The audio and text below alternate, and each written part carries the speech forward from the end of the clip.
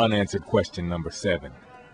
Is there an underlying motive, besides the war on terror, to the U.S. military presence in Central Asia?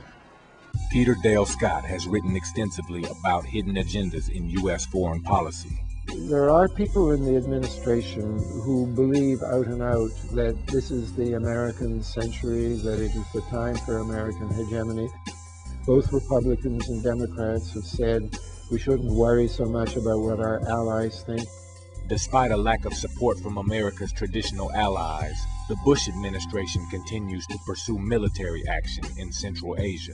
But it's, I think, pretty clear now to everybody that America has a oil geostrategy in that part of the world.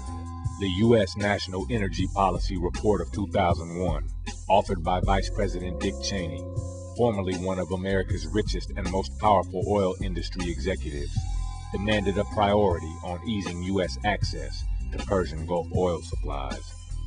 America needs to control the world oil system.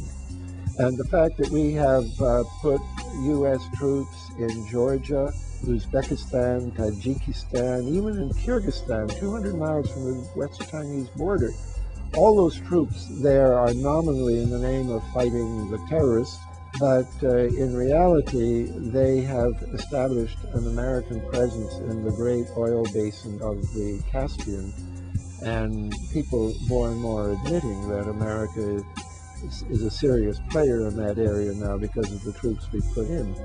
On October 6, 2002, the UK Observer reported, the Bush administration, intimately entwined with the global oil industry, is keen to pounce on Iraq's massive untapped oil reserves, the second biggest in the world after Saudi Arabia's.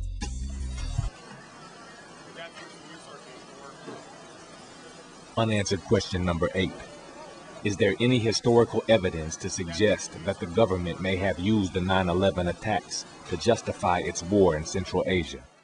Alex Jones is a television and radio broadcaster who has publicly questioned the Bush administration's version of what happened on September 11th. Governments always get caught engaging in terrorist attacks against their own populations to rally them for war or for a domestic crackdown.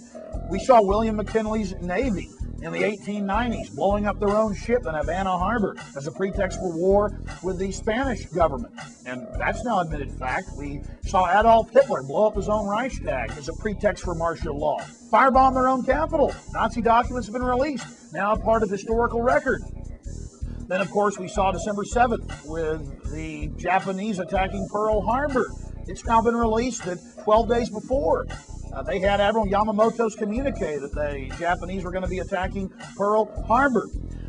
One of the best examples we have of the U.S. government planning terrorist attacks against its own institutions is the North Woods document. This is a confirmed, admitted document, declassified just a few years ago.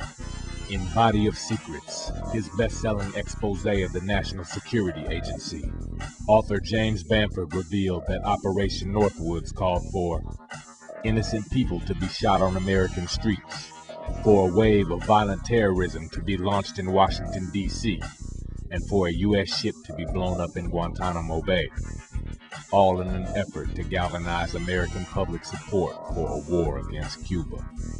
And they say in the Northwoods document, casualty list in U.S. newspapers would cause a helpful wave of indignation. We certainly saw a helpful wave of indignation after September 11th.